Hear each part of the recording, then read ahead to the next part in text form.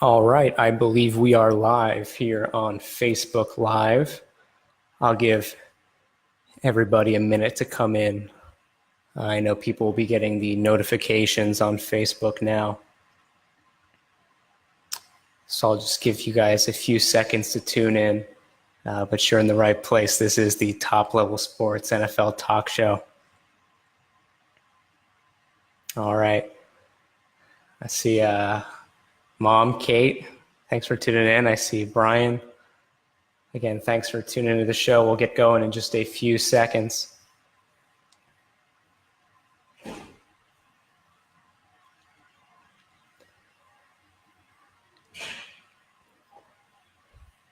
Again, I know within this first minute here, everyone will be receiving those notifications. So just again, a little more time for people to join in. All right. Thanks for tuning in, Mom. I'm going to get going. This is the Top Level Sports NFL Talk Show. I'm your host, Connor Groel, as you should be able to see on the bottom of the screen. Just if you are watching, give me a comment. Confirm that the audio is good. It should be good. But, it's always good to know that we're doing good on the actual stream. So as you can see, NFL Talk Show for Top Level Sports. We're going to need a name for the show at some point. So also, if you guys have any ideas, drop them in the chat or send me a note or something. But right now, just called the NFL Talk Show with title TBD. Thanks, everyone. I see the comments streaming in. What's up, Carson? Excited to be here doing the first show on Facebook Live. So as you can see from the screen, we have all 16 NFL matchups for this week on either side of your screen on the bottom. And as we go along through, as we do the picks in the later section of this show, those question marks you see will update themselves with my score predictions as we go along.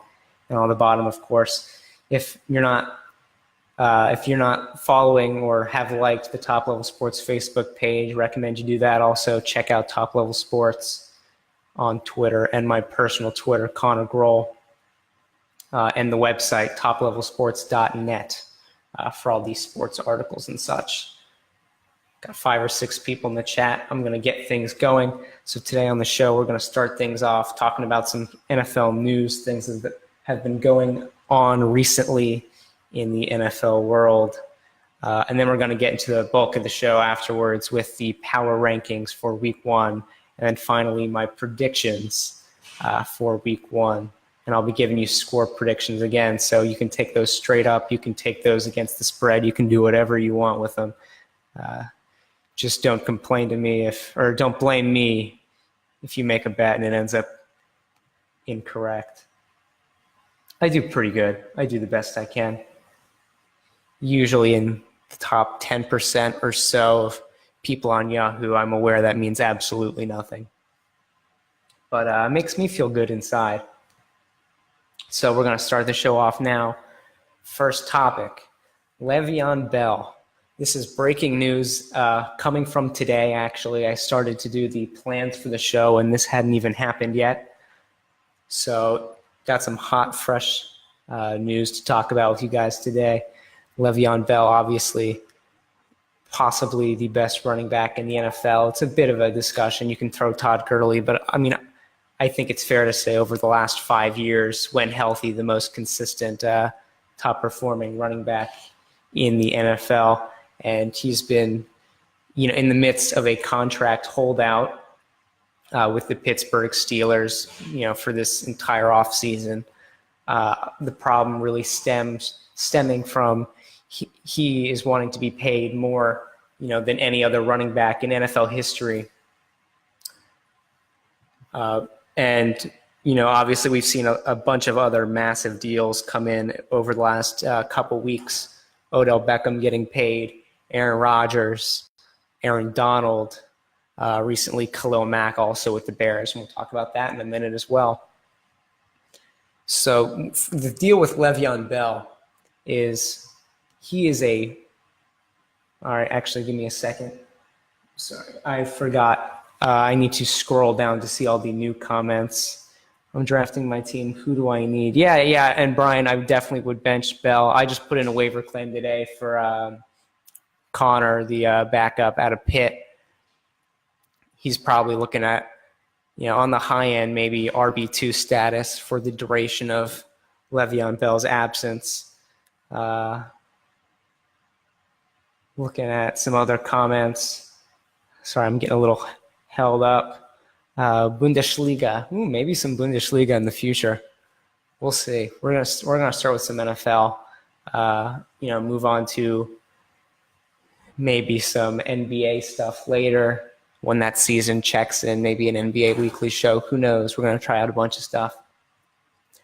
So the LeVeon Bell holdout stems basically from the fact that he wants to be, the highest paid running back in the league, and definitely deservedly so. But he also, the thing with LeVeon Bell is, for the Steelers, he's also their second wide receiver. So he is, one of the most impactful players, that we've seen in an NFL offense. I mean, today, obviously, but, really going back as long as you want to take it. He's been a guy, that's really, when he's in, the Steelers have a chance to win every game. And when he's not, things are definitely much more uncertain. Thanks for joining in, Matthew. Talking about LeVeon Bell and the holdout news today, that he will not be signing a contract or a extension or a tender or any of that. He will be out for week 1 as he continues this dispute with the Steelers. Again, trying to be paid more like a top-end wide receiver and a top-end running back, and clearly the Steelers unable to make that commitment as of now. And I think the difficult part about holdouts is the threat of a holdout is always that you're not going to play in the regular season, right? Let's get a deal done now. Let's give me the money. Let's get paid. And then I'll do what everyone expects of me to do and perform like I am. And Le'Veon Bell, in his last, I believe, 4 healthy seasons, has been a Pro Bowler. And if a quarterback didn't win MVP every year, if we could have an MVP award for players that are not quarterbacks, he'd be up there in many of those seasons as well. But the thing is, obviously, with 400 touches. I mean, it's pretty ridiculous. And I'll talk about this more again with Khalil Mack. My point of view on these holdouts is, in almost all situations, if you have a franchise player, that someone that can transform your team, always put you in positions to win. I mean, pay the man, right? Just pay the man. I mean, for Odell Beckham, did we pay Odell Beckham a lot of money? We paid him a lot of money. But again, if you have a player like Odell Beckham that, makes the spectacular plays and can be the face of a franchise and drive victories and drive attention towards the team, sometimes that's just what you have to do, is you have to, buckle down. I mean, you should be grateful that he's on your team, a guy like Le'Veon Bell. I think it's kind of ridiculous that the Steelers haven't been able to get something to work so far. New York Giants, yes, I don't play for them. I don't work for them quite yet. But, we'll see about that in the future. So, I mean, pay the man, right? And obviously the problem now is it can come across as selfish as a player like Le'Veon Bell if you're going to hold out during the season, because at that point you're directly costing your team. But I think it's kind of unfair to look at that. I don't think it's his fault for, wanting to get paid what he's deserved to be paid. The problem now with the Steelers is that this is having negative impacts on the whole team. Obviously, he won't be there. He could sit out, hearing reports, up until maybe week 10 even, which would be, catastrophic. That's half the season without Le'Veon Bell. I'm not going to say the Steelers are in huge danger of losing the division. The Ravens, I guess, the most likely candidate there. But, obviously jeopardizing them trying to get a first-round bye, even trying to get a playoff spot because you never know. Ben Roethlisberger's getting older and things like that. But it really looks like it's having a negative impact on the team. So David DeCastro, one of their offensive linemen, talking about LeVeon Bell today, said, just sit out the whole year then. So obviously very upset with how this situation has unfolded, as I believe all people were. And so, yeah, that's kind of the thing as well, Brian. Get so many touches, to the point where maybe he wears out a little faster than some other running backs. At the end of the season, they can just toss him to the side. And, I'm not sure if they would do that. I think he's still probably too great of a player. But that's a great point. I mean, that's obviously a possibility, and it frees up a ton of cap space at the very least. So, I mean, he's in every right to try to get paid now. Obviously, NFL careers are, very short, even in comparison to other sports. Athletes' careers are short. You got to do what you have to do. But now I don't really like the ripple effects this is having on the team. If I can say another quote, this is Maurkice Pouncey, one of the brothers, another offensive lineman for the Steelers, saying that he would much prefer Bell just announce when he's going to show up now rather than just play this waiting game, which I'm sure everyone on the team finds annoying, finds a little bit silly. Says, why play hide and seek? Why let your agent say this, about the holdout? Just man up and tell us what you're going to do. And again, you can't blame the players because the players want to win games.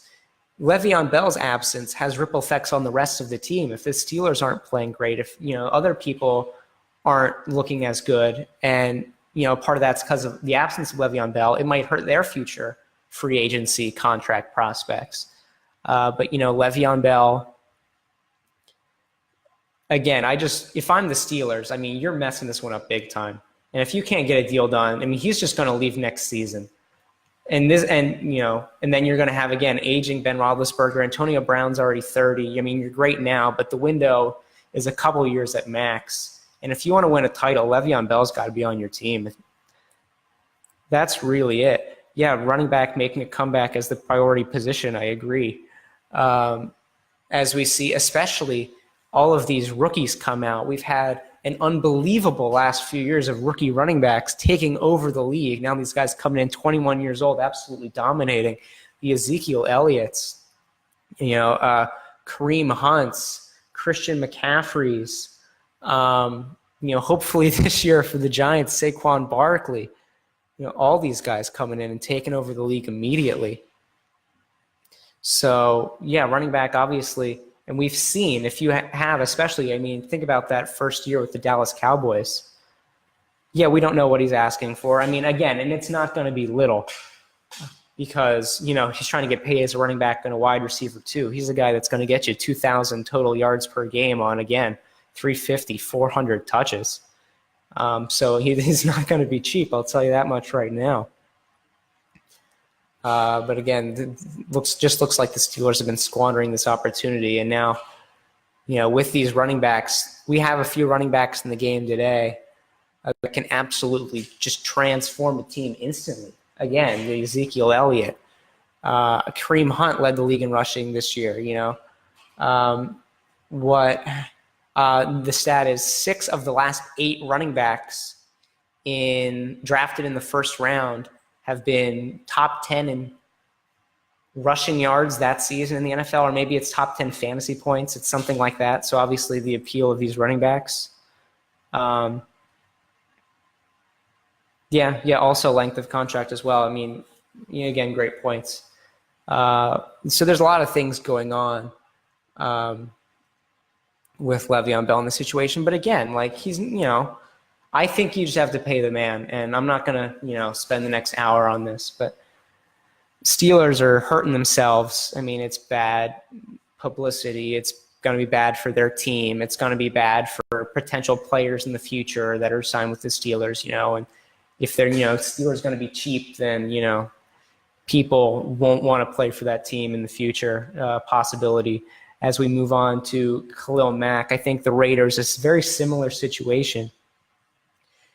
just not wanting to pay the superstar players. We have Khalil Mack, again, one of the best defensive players in the league. It's a similar-ish kind of situation to the LeVeon Bell drama. Instead, this time, contract negotiations were apparently miles apart. So with, John Gruden now as the head coach for the Oakland Raiders coming back out of the ESPN Monday Night Football booth, obviously not able to make something work and deciding to trade Khalil Mack to the Bears. And I'll try to pull up the official details of this trade, which I do have up. So the Raiders are giving the Bears, Khalil Mack, a 2020 second rounder, a 2020 fifth rounder, a conditional fifth rounder in 2020 in exchange for the Bears' first in 19, first in 20, third in 20, and sixth round in 19. So, you can swap around the Raiders giving up a conditional second rounder and a fifth rounder, and they're getting the third and the sixth. What it essentially is it's Khalil Mack for 2 first-round picks. Bears also giving Khalil Mack a 6-year, $141 million extension, $90 million guaranteed, and $60 million guaranteed at signing. This deal coming out to $23.5 million per year is $1 million more than the contract Aaron Donald just signed with the Rams. So last week we had, the richest contract ever signed for a defensive player. As I see Ayesh joining the show. Thanks for tuning in. How's it going? But now, once again, topped with another larger deal, $23.5 million for Khalil Mack. And this one, it's a bit tougher of a situation. I think, apparently just, universe is away on this deal. And sometimes when you are this far away between the player and the team, sometimes a trade does make the most sense. And this might have been one of those situations where a trade makes the most sense. Again, we've seen the backlash from the Raiders. Derek Carr, the franchise quarterback, said, the whole team was shocked by this trade. It's a trade no one wanted to happen. So obviously, again, taking a bit of a hit with the players and the morale. But what I think if you're going to trade Khalil Mack, you have to get a better deal.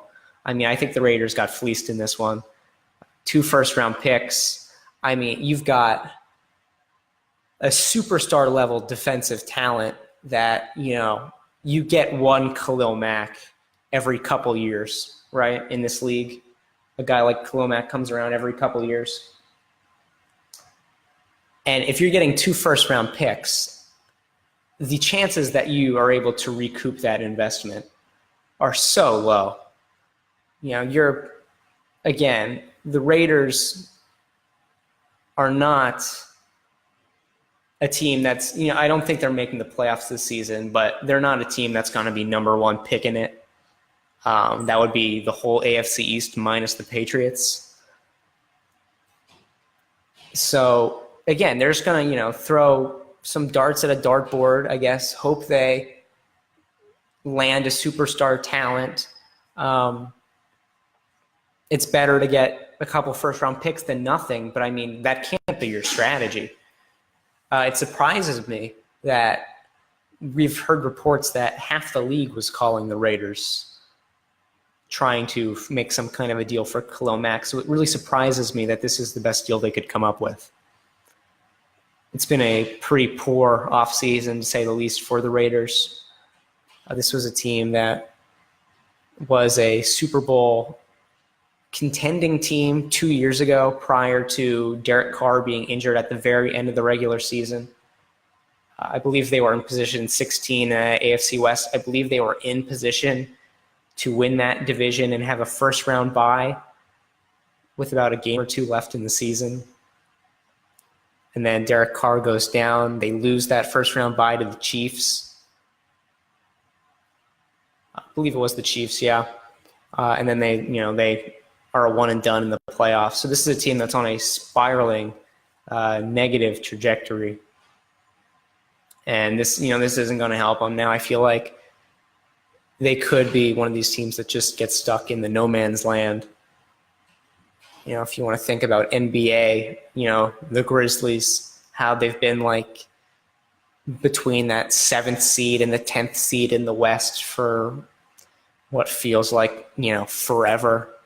Nuggets are kind of in that same deal the last few years, although, they might be a little better, but, still obviously not contending. So, it's going to be a tough future for the Raiders. Yeah, the A.J. McCarron trade as well. Again, it's just been tough. It's been tough going for the Raiders. And if you're a Raiders fan, you just can't be happy with what's happening right now.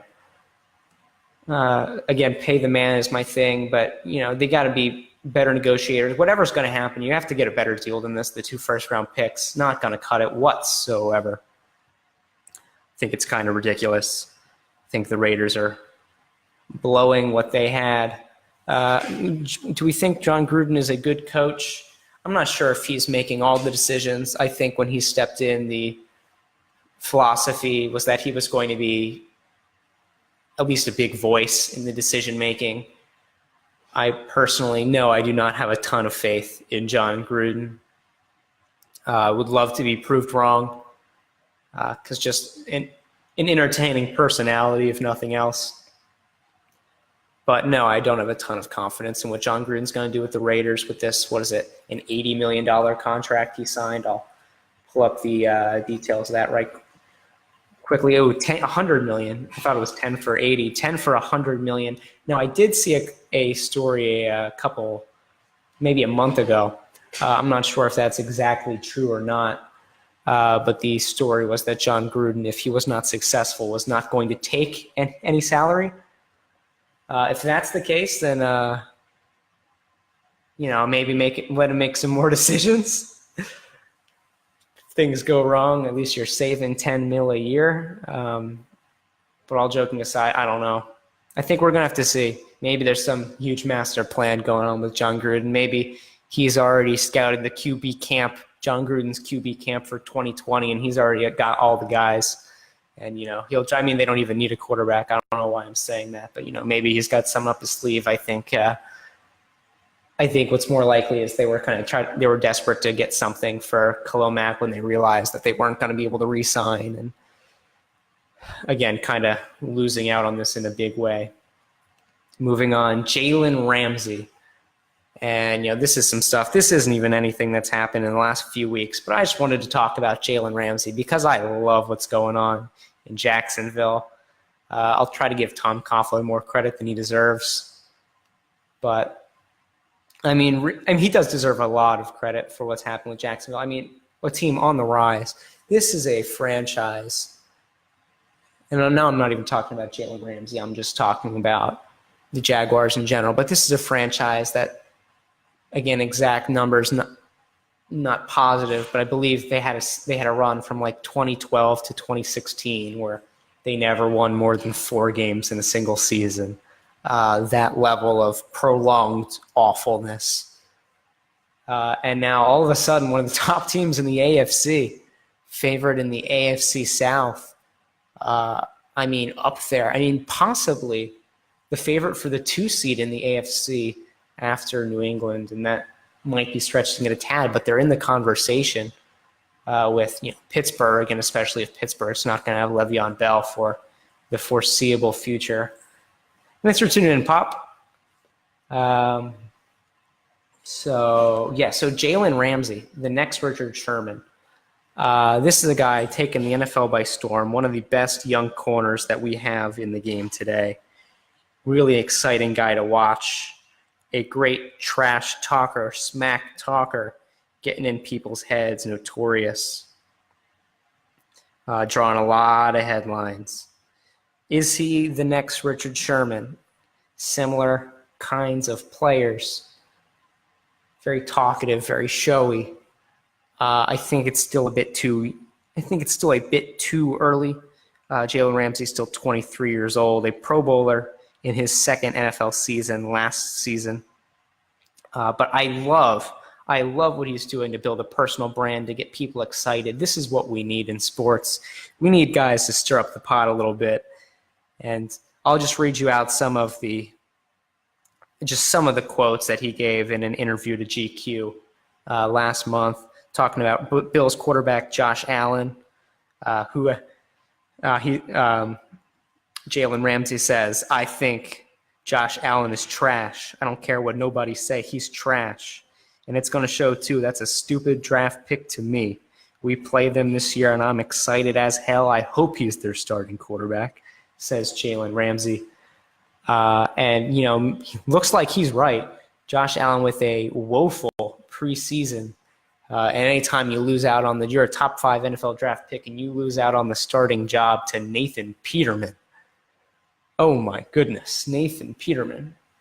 So maybe Jalen Ramsey's right about this one. On Joe Flacco, Jalen Ramsey says, "Just being honest, Joe Flacco sucks.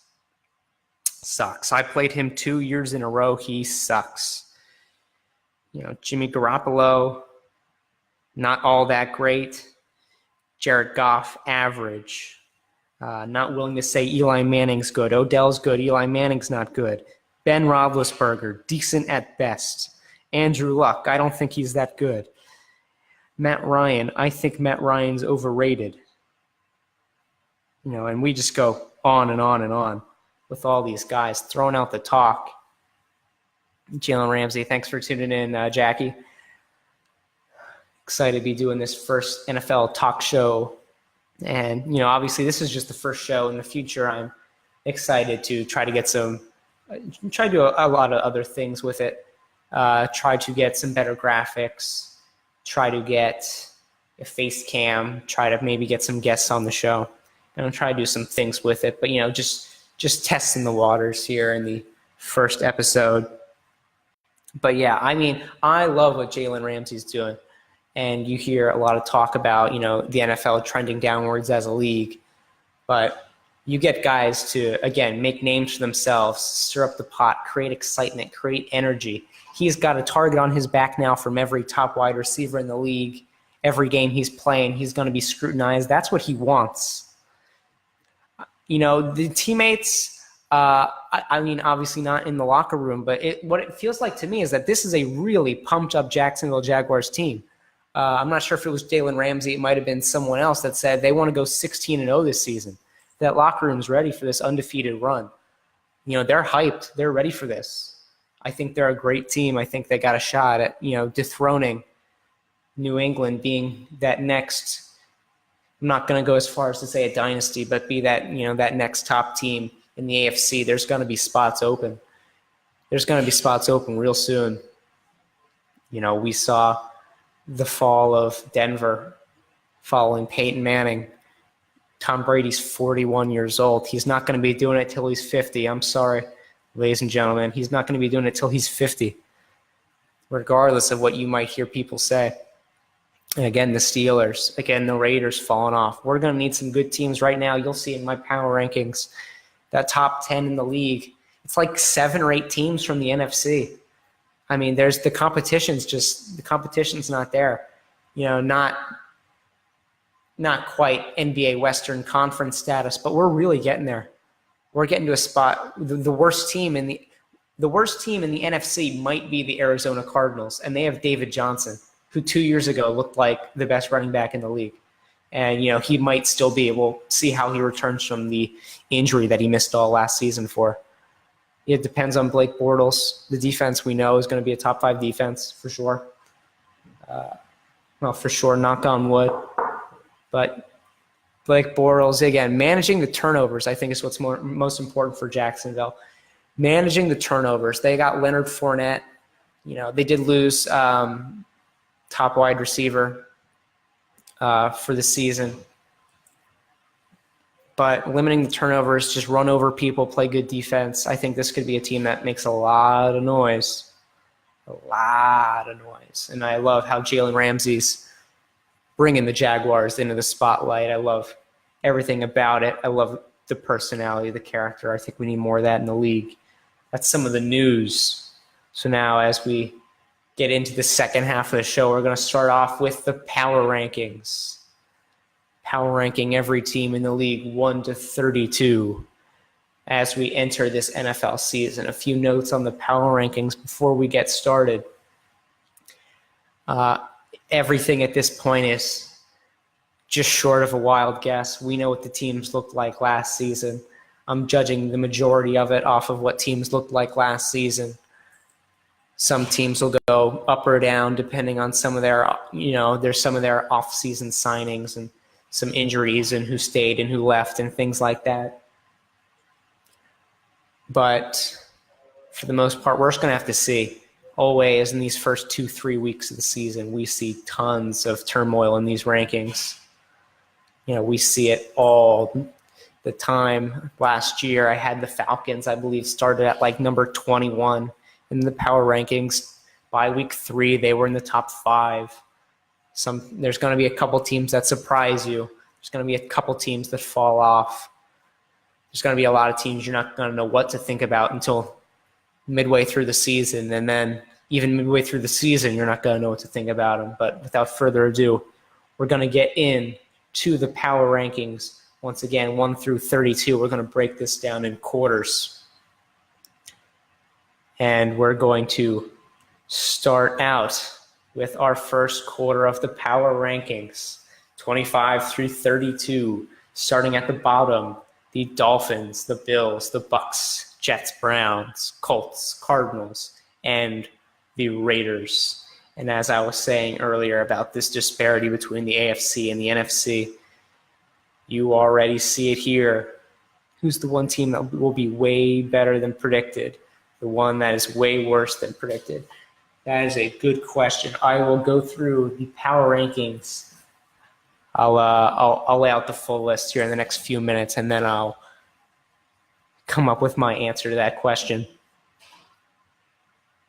But as we already see that disparity, NFC, AFC, 6 of these teams, AFC teams, bottom dwellers, 29, 31, 32, Jets, Bills, Dolphins. That's the whole AFC East that's not in New England. I mean, we talk about the dynasty. Yeah, New England Patriots, 2001 to the present, is the best dynasty we've ever seen in professional football. I mean, look at the competition. Rarely, a few times in this span of nearly 2 decades have they been tested.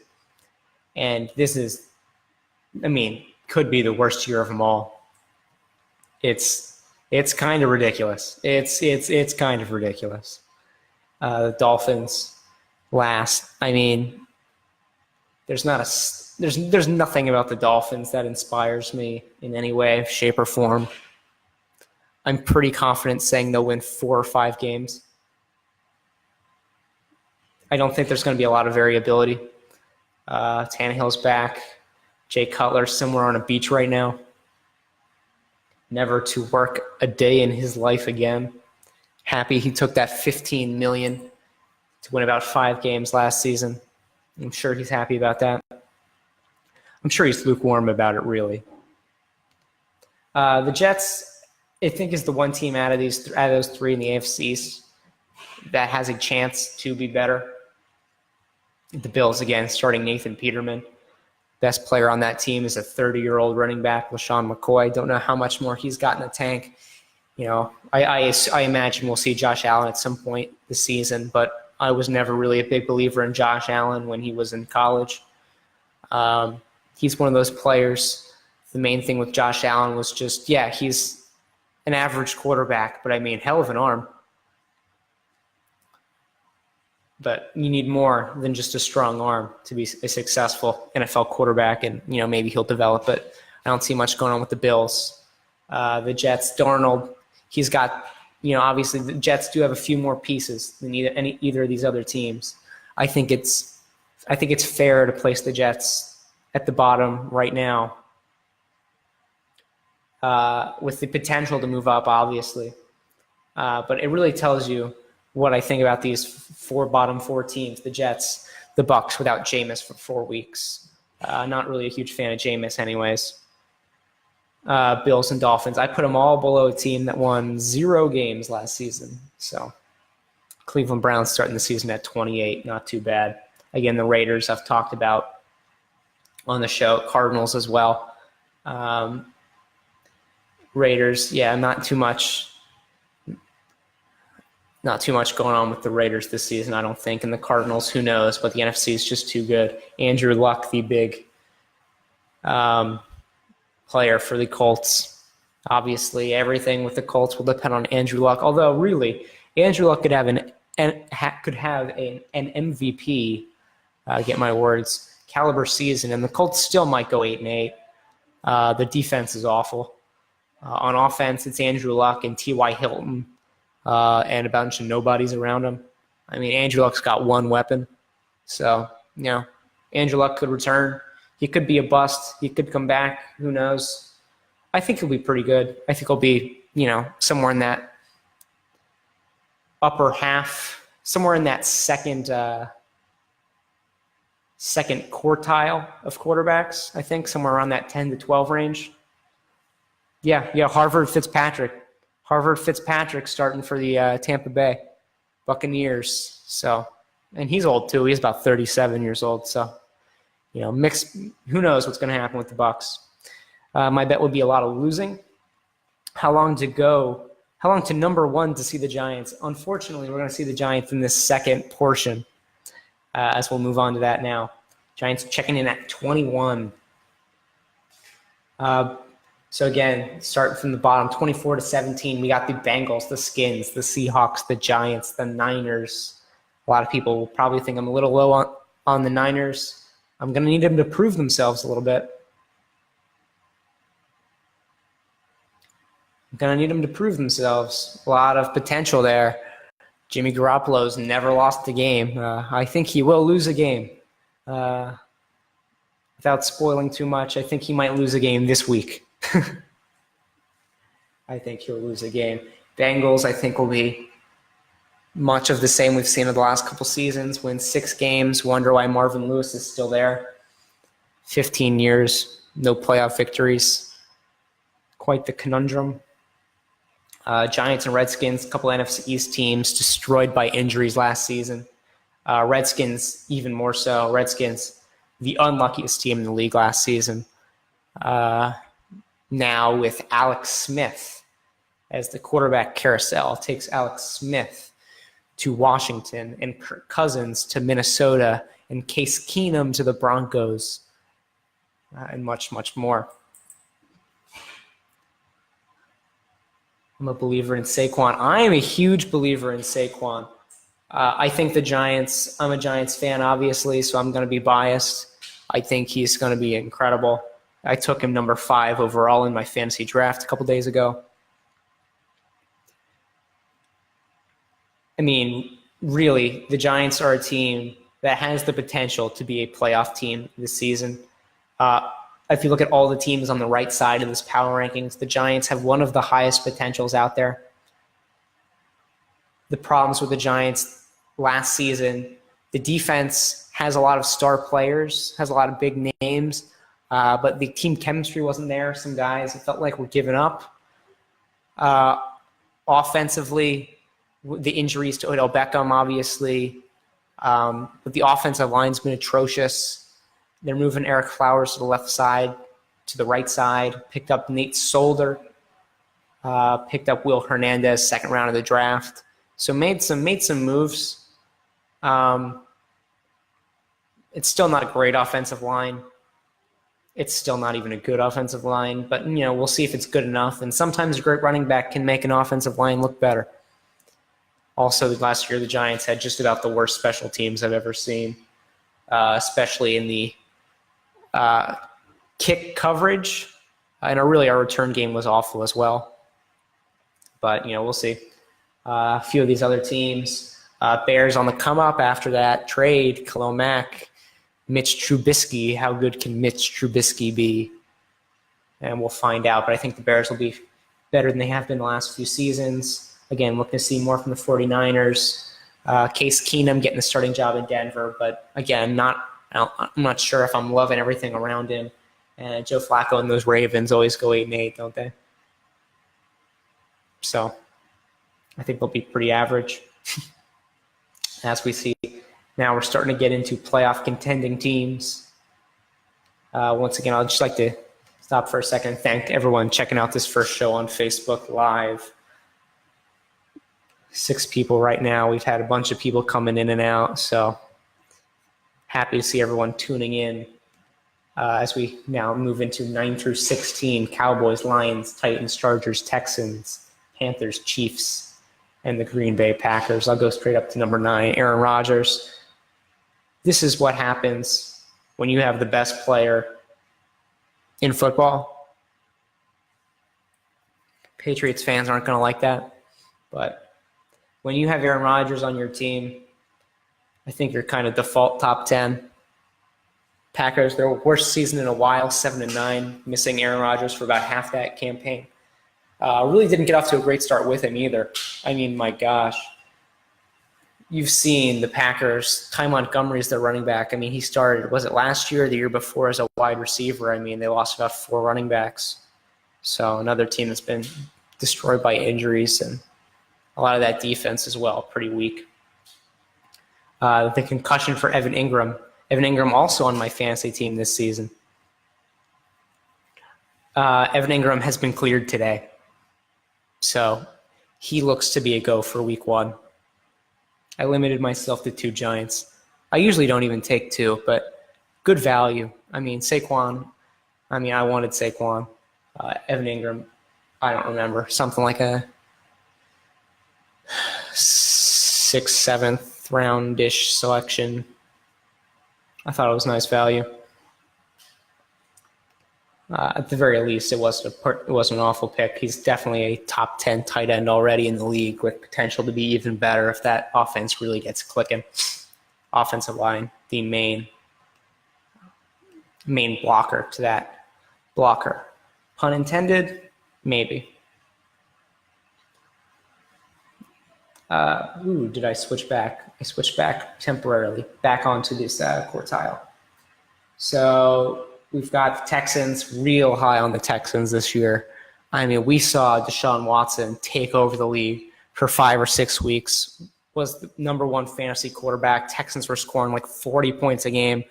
Still lost a couple of those games because the Texans' defense was a problem.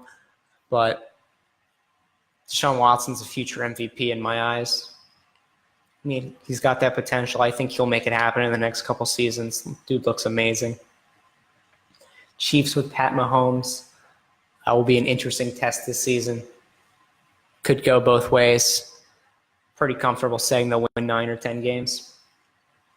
The Chargers, our team, it's been the Chargers season since about 2011, and they haven't done anything with it. So I'm skeptical of the Chargers, but the roster suggests that they'll be fine. Picked up Antonio Gates for like his 17th season or something ridiculous. What a legend. Lions, Cowboys again, I think could sneak into a playoff spot. More likely 500 teams. As we go into our top 8. And Eagles number 1, Patriots number 2. This subject to change over the first couple weeks of the season. But starting off every new year, as long as something catastrophic didn't happen to the teams that played in the Super Bowl, I think they've earned their spots. Thanks for joining the show, Dylan. Rams, realistically, the Rams can probably be number 1. Their core is ridiculous now.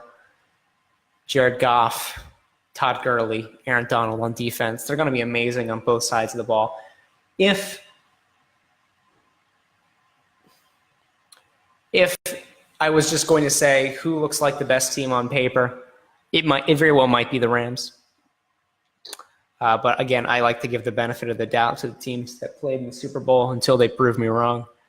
And I think they'll be fine with number 3.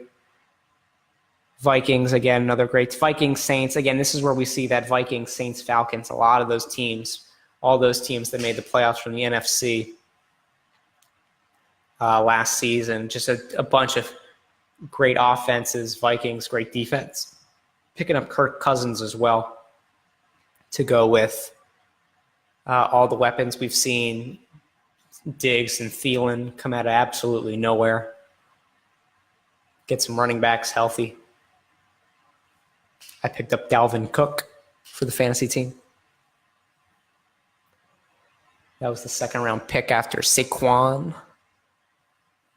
What a fun name to say, Saquon.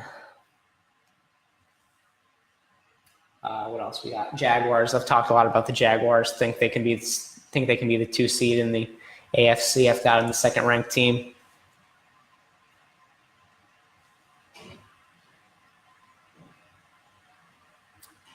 Ndamukong Suh.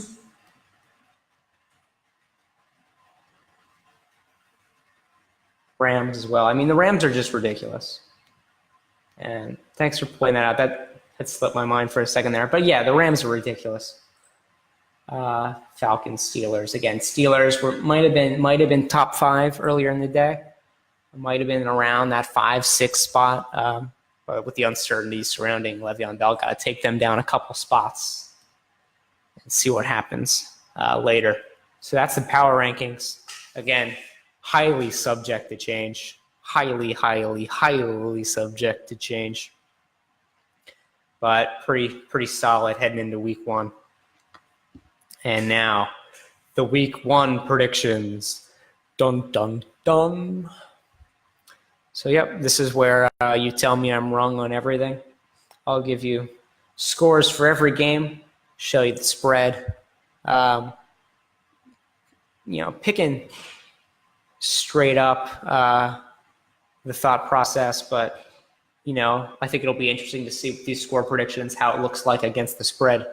So, might have to do some comparisons. Wasn't really looking at the spreads when I made these predictions, but I'll stand by it. First game, tomorrow.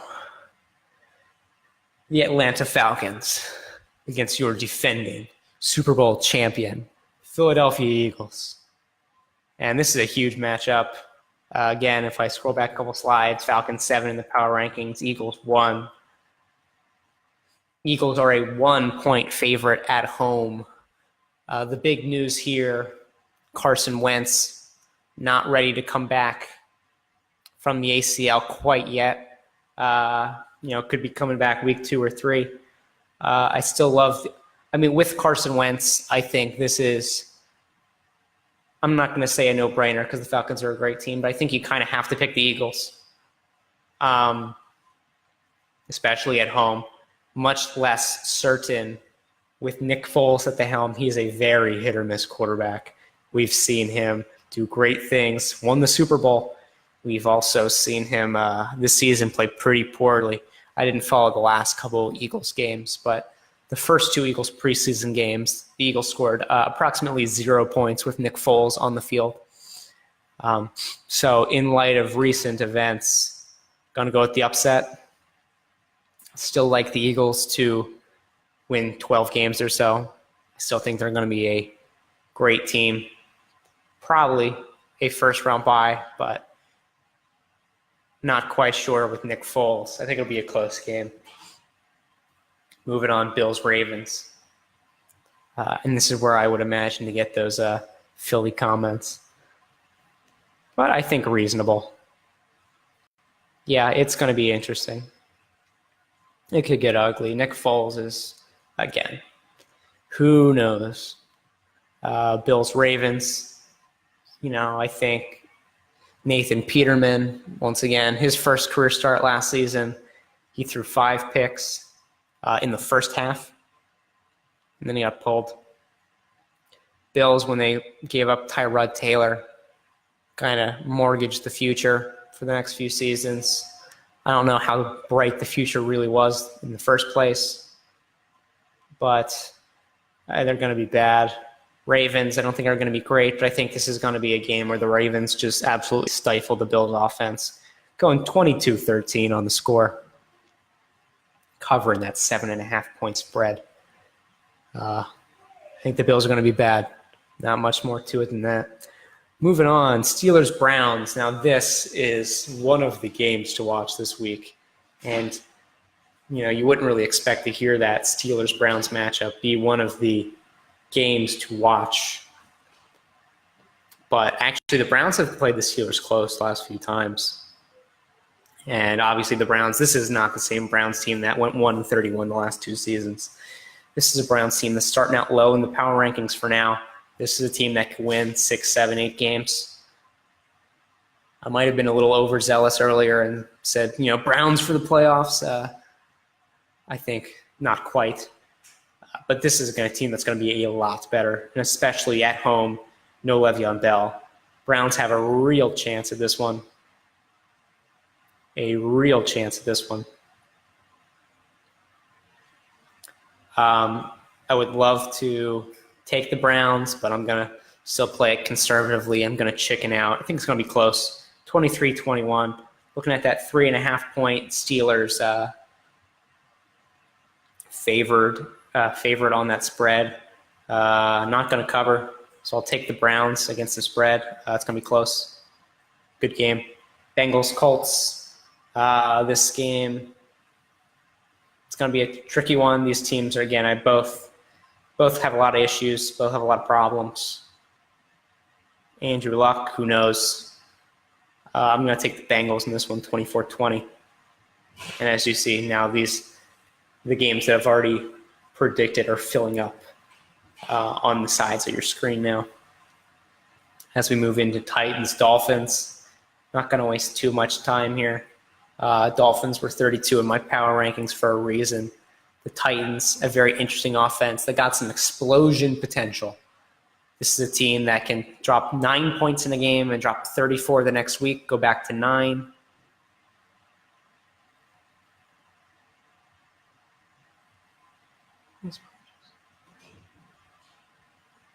Did I say Miles Bridges? I don't know. Yeah, that was the Michigan State guy. But yeah, 30-17 Titans. 49ers, Vikings. And I'll whip through a couple of these, get us moving along. I'm going Vikings 28-20, handing Jimmy Garoppolo the first loss of his career. Texans, Patriots, a lot of points. Last time the Texans played the Patriots, there was a lot of points. I'm going to try to pull up the score of that game right now. It was one of the last games before Deshaun Watson went out with the injury. It was an insane game to watch. Texans were up with about a minute left, and Tom Brady put on went like 75, 80 yards in about 4 plays to win that one. As I try to find the final score. Of that game.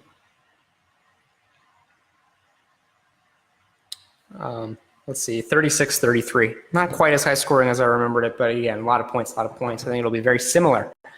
Give the Patriots a 31-27 edge. Buccaneers, Saints. Ryan Fitzpatrick, Fitz. Harvard. 49 on the Wonderlic, or 48 or whatever it is. Smart dude, but not smart enough to figure out the Saints defense. 28-13.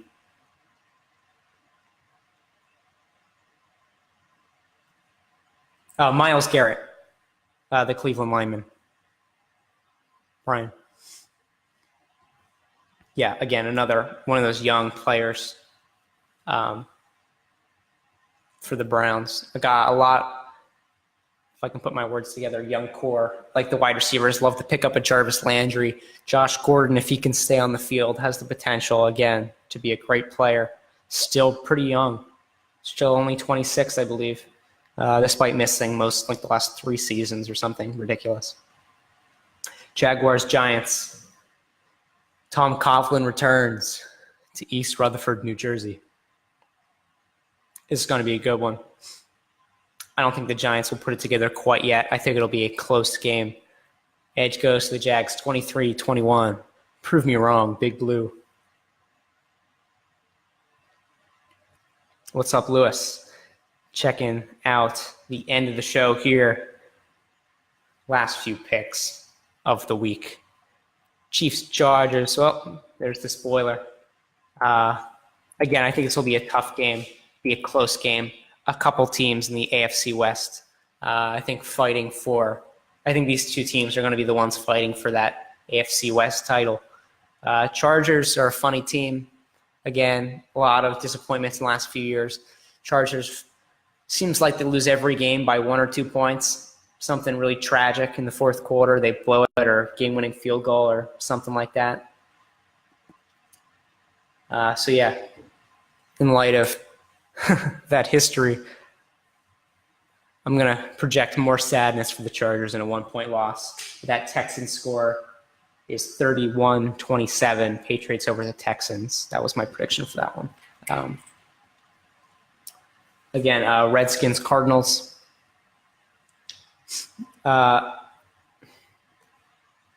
Adrian Peterson playing with the Cardinals last season.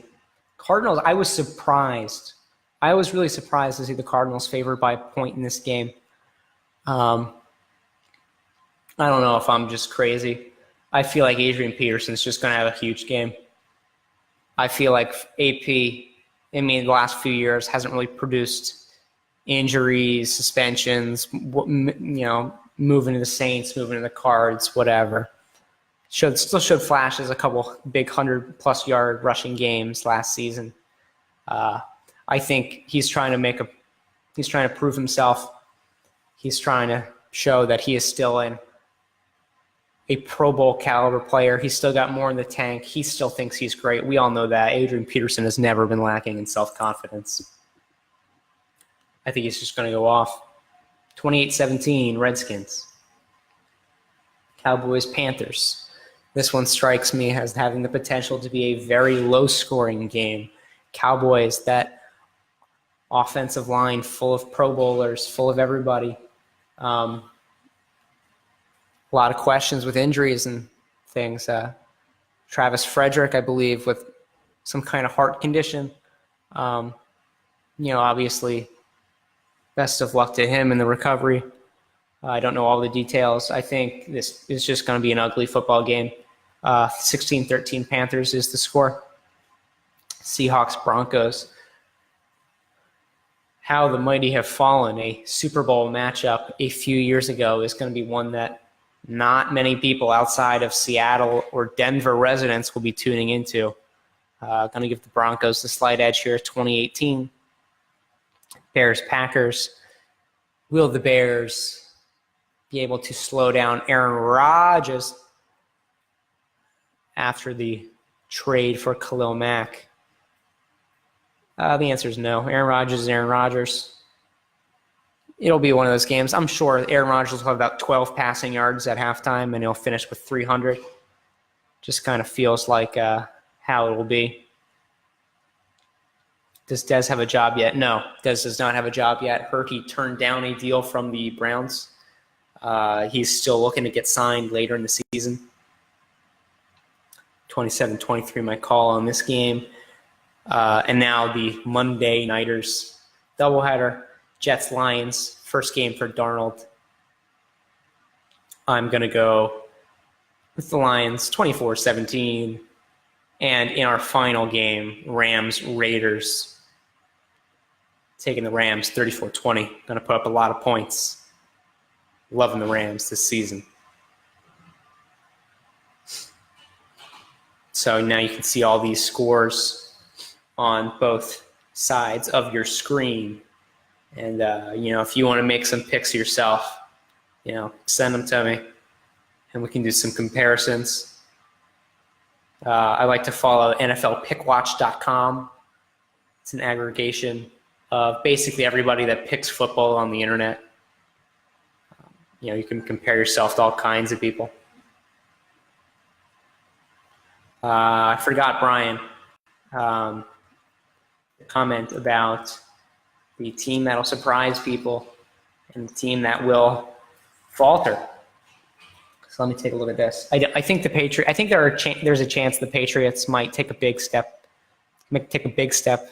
in the wrong direction this season. Brady does need people to throw to. No Edelman for the first 4 games. No Amendola now with the Dolphins. Eric Decker just retired. I mean, he's got Gronk, but not much else. So the Patriots, might struggle for a little bit. It's very possible. I think a lot of people are high on the Bears and the 49ers.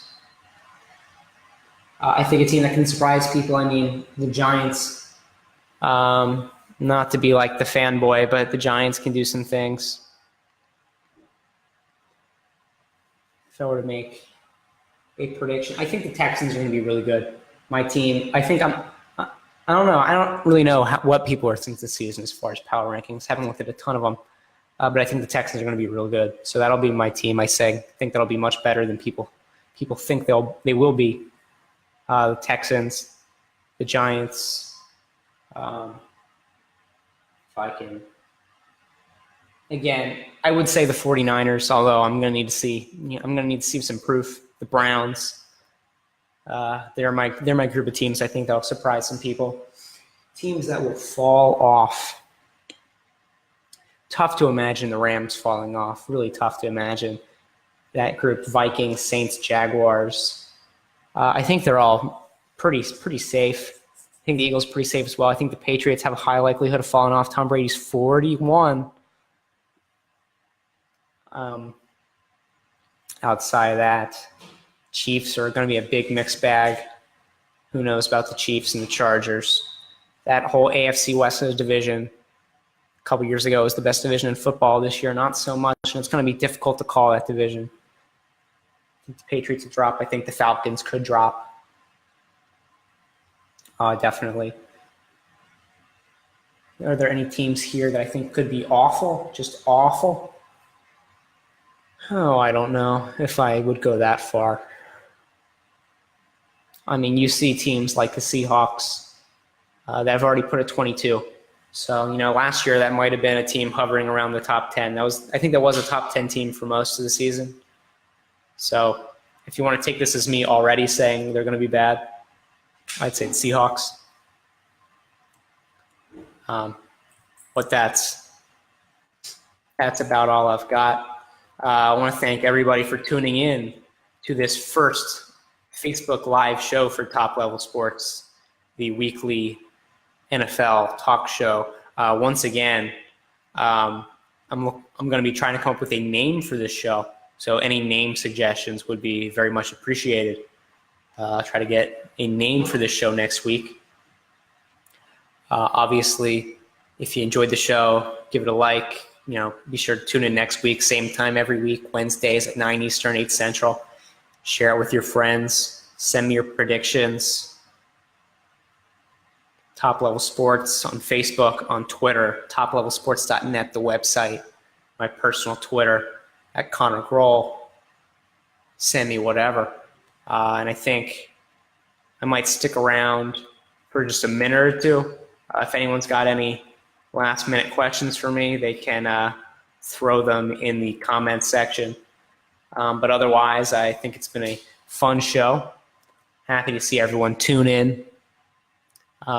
Excited to be starting up this new show, and I'll try to work on maybe making it a little fancier in the future. Bengals have potential to be really bad. I agree, but again, I had them 25-4, so yeah, they could be really bad. I mean, I do not think they can be really good. I think their cap is really average, and that'd be generous.